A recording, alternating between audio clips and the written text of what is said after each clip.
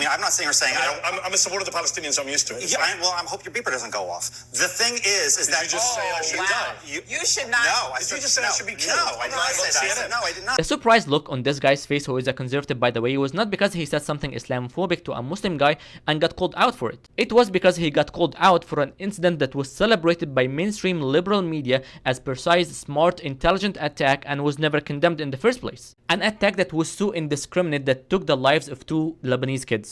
An incident that was celebrated by many mainstream media regardless of their political affiliation. And he was surprised about this fake pretentious outrage because why are you guys talking to me about this? You have been normalizing this rhetoric for more than a year, and especially on the CNN. And CNN after that incident released a statement condemning this bigotry and they banned this guy from ever appearing in their network. And after that incident, Abby Phillip, CNN correspondent and anchor, released this statement condemning this behavior. Because Abby Phillip, the same woman who released the statement apologizing to that behavior to Mehdi Hassan, was one of the first contributors to the atrocity propaganda of 40 babies. And she never apologized for repeating and endorsing this propaganda. A propaganda that was done systematically to give cover to whatever will be done to the people of Gaza October 7th. In fact, in September, the bigot Jake Tapper on CNN claimed fake quotes on behalf of Rashida Tlaib and lied on her behalf. He claimed that Rashida Tlaib said something about a Michigan Attorney General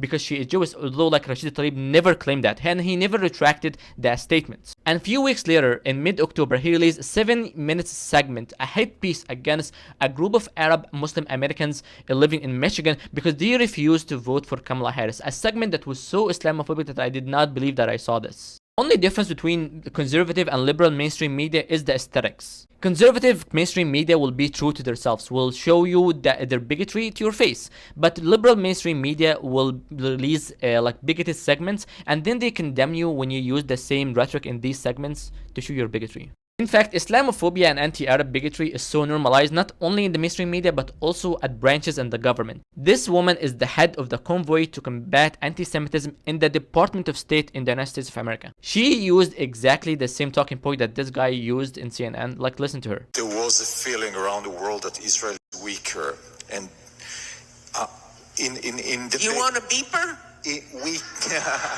I would love if these people can stop their fake outrage. If these people were actually serious about combating anti-Arab bigotry or Islamophobia, they wouldn't have used their platform in order to amplify and influence is anti-Arab rhetoric for more than a year in order to justify what they had been doing to the Palestinians. And this is also a lesson to Mehdi Hassan. No matter what you want to appease in the liberal side of American political spectrum, they will never approve of you because you're still a Muslim guy. Because Mehdi Hassan had been using his new platform Zeteo in order, to push people to vote for Kamala, and it has been so embarrassing for the past month. It's so embarrassing.